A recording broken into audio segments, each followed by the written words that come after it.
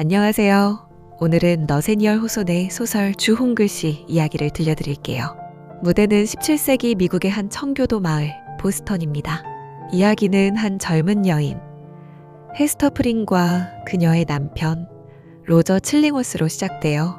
헤스터는 원래 유럽 출신의 여인이었어요. 그녀는 나이가 많고 왜소한 체격에 등이 굽은 학자와 결혼을 했습니다. 그 남자가 바로 칠링워스예요.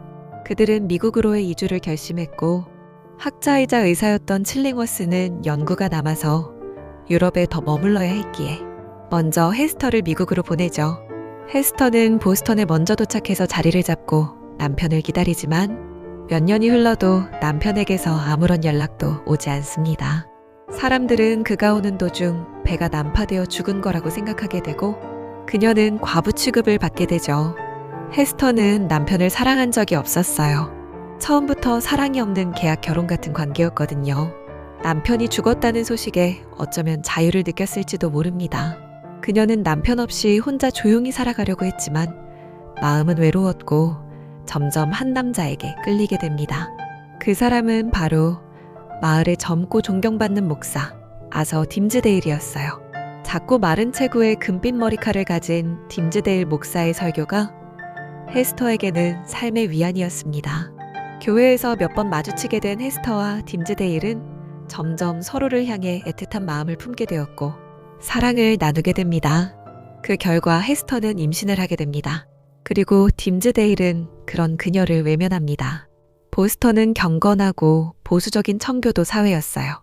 그 당시 목사는 단순한 종교인이 아니라 도덕의 상징이자 공동체의 정신적 지도자였죠. 딤즈데일은 자신이 간통이라는 죄를 저질렀다는 사실이 알려지면 이 공동체 전체가 흔들릴 것을 염려했어요.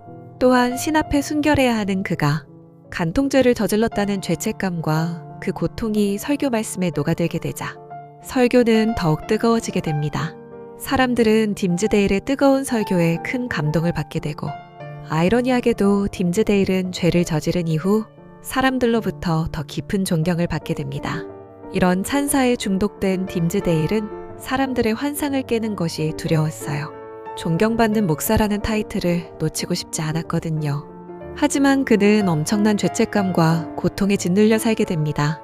한편 헤스터의 배는 조금씩 불러오기 시작합니다. 사람들은 웅성거리기 시작했죠. 세상에, 과부가 임신을 하다니.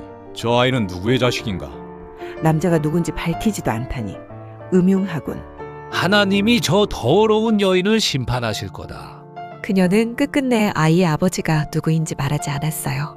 결국 헤스터는 간통죄로 감옥에 수감됩니다. 그녀는 지저분하고 눅눅한 감옥 안에서도 꿋꿋하게 아이를 낳아요. 작고 연약한 아이, 헤스터는 아기의 이름을 펄이라고 지어줍니다. 그리고 감옥으로 찾아온 손님, 바로 죽은 줄 알았던 헤스터의 남편, 칠링워스가 감옥으로 찾아옵니다. 그는 마을 사람들에게 자신이 헤스터의 남편인 것을 숨기고 의사 행세를 하며 마을에 들어왔어요. 서서히 옥죄는 복수를 시작하려고 말이에요. 그는 헤스터에게 간통남의 정체를 묻지도 않습니다. 자신이 직접 밝혀내는 쪽을 선택하죠. 그는 내 손에 걸려들 것이야. 그의 영혼과 몸과 얼굴에 다 드러나게 돼 있어. 그리고 나는 그를 찾아내어 파괴할 것이다. 헤스터가 감옥에서 아기를 안고 나온 날, 마을 광장에서 벌어진 공개 심판에서 사람들은 그녀의 가슴에 A라는 붉은 글자를 달아야 한다고 말해요. A는 adultery, 간통을 뜻합니다. 이제 그녀는 평생 그 주홍글씨를 가슴에 달고 살아야 했어요. 헤스터는 처형대에 서서 아이를 안고 3시간 동안 비난을 받게 됩니다. 사람들은 그녀를 경멸의 눈빛으로 바라봤습니다. 딤즈데일 목사도 그 자리에 있었지만 그저 두려움에 외면하고 침묵할 뿐이었죠. 헤스터 역시 침묵을 택했어요. 아무 말 없이 아이의 아버지에 대해서도 자신의 감정에 대해서도요. 딤즈데일 목사는 죄책감에 고통스러워합니다. 그의 얼굴은 해숙해졌고 입술은 늘 마른 채 떨렸습니다. 그는 설교단 위에 서면 사람들을 감동시키는 설교를 했지만 설교가 끝난 뒤엔 고통 속에 쓰러져 버렸죠. 그는 자기 자신에게 던지는 질문 속에서 괴로워합니다. 내가 진실을 말하면 그녀는 더 고통받을까? 아니면 해방될까? 내가 진실을 숨기면 나는 계속 설교할 수 있을까? 그는 밤마다 자기 가슴에 손톱 자국을 남기며 그 속 어딘가에 보이지 않는 A자를 새기려는 듯 손가락으로 계속해서 긁었습니다. 피가 배어나와도 그는 멈추지 않았어요. 밤이면 그는 채찍으로 자신의 등을 후려쳤습니다. 가죽끈이 살을 파고들어 등은 피와 상처로 짓물렀고 피가 마르기도 전에 다시 살이 터졌지요. 딤즈데일은 살아있는 시체였습니다. 그의 살갗은 점점 창백해졌고 뺨의 핏기마저 사라졌습니다. 어깨는 구부정하게 꺾였고 눈은 늘 경계와 고통에 뒤섞여 떨고 있었어요. 딤즈데일이 쇠약해지자 칠링워스는 딤즈데일의 주치의가 됩니다. 그는 딤즈데일의 병든 몸과 불안한 정신을 매일매일 가까이서 지켜봐요. 그럴수록 확신이 강해지죠. 이 남자가 바로 헤스터와 동정을 한 그 남자구나. 하지만 그는 직접적으로 말하지 않아요. 그 대신 조금씩 딤즈데일의 마음을 무너뜨리기 시작해요. 칠링워스는 그를 칼로 찌르지는 않았지만 칼보다 날카로운 말로 심장을 파고들었습니다. 요즘은 잠을 좀 주무십니까, 목사님? 가슴이 아프시다 하셨죠? 그 안에 무언가 끔찍한 게 있나 봅니다. 병은 영원히 썩으면서 생기는 거지요. 딤즈데일 목사는 매일 자신의 죄가 들킬까 두려워 벌벌 떨게 됩니다. 그의 목소리는 갈라졌고 숨결은 가늘어졌으며 걸음걸이마저 불안정해졌습니다. 신도들은 그는 거룩한 고통 속에 있다고 감탄했지만 딤즈데일 자신은 알고 있었습니다. 그가 느끼는 고통은 성스러운 것이 아니라 악마가 주는 고통이라는 것을요.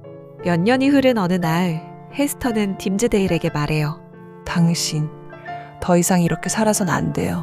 우린 죄를 지었지만 신도 우리를 버리진 않았어요. 아이와 함께 멀리 떠나요. 딤즈데일은 갈등합니다. 그는 너무 오랫동안 침묵했고 자신이 입은 성직자의 옷이 너무 무거웠죠. 그들의 대화는 바닷가에서 숲속에서 속삭이듯 이루어집니다. 조금만 더 용기를 낸다면 새로운 삶이 가능할지도 몰랐죠. 하지만 이미 그는 정신적으로 무너져 있었고 몸도 버티지 못하고 있었죠. 축제가 열리는 날 마을 사람들 앞에서 딤즈데일은 드디어 고백합니다. 여러분, 헤스터를 비난하지 말아주세요.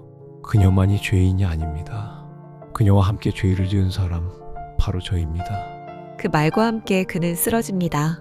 가슴에 불에 데인 듯한 A자국이 남아있었죠. 그는 그녀와 아이 곁에서 숨을 거둡니다. 그 광경을 지켜보던 칠링워스는 큰 충격을 받습니다. 복수의 대상이 사라진 그는 급속도로 쇠약해지고 결국 죽음을 맞이하죠.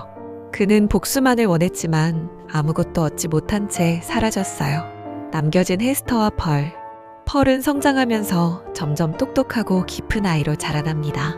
한때는 죄의 증거로 불렸던 아이지만 이제는 사랑의 결과물이자 용서의 상징이 되었어요. 헤스터는 마을을 떠났다가 몇 년 후 다시 돌아옵니다. 그녀는 예전처럼 조용히 바느질을 하며 살아가요. 이제 누구도 그녀를 손가락질하지 않습니다.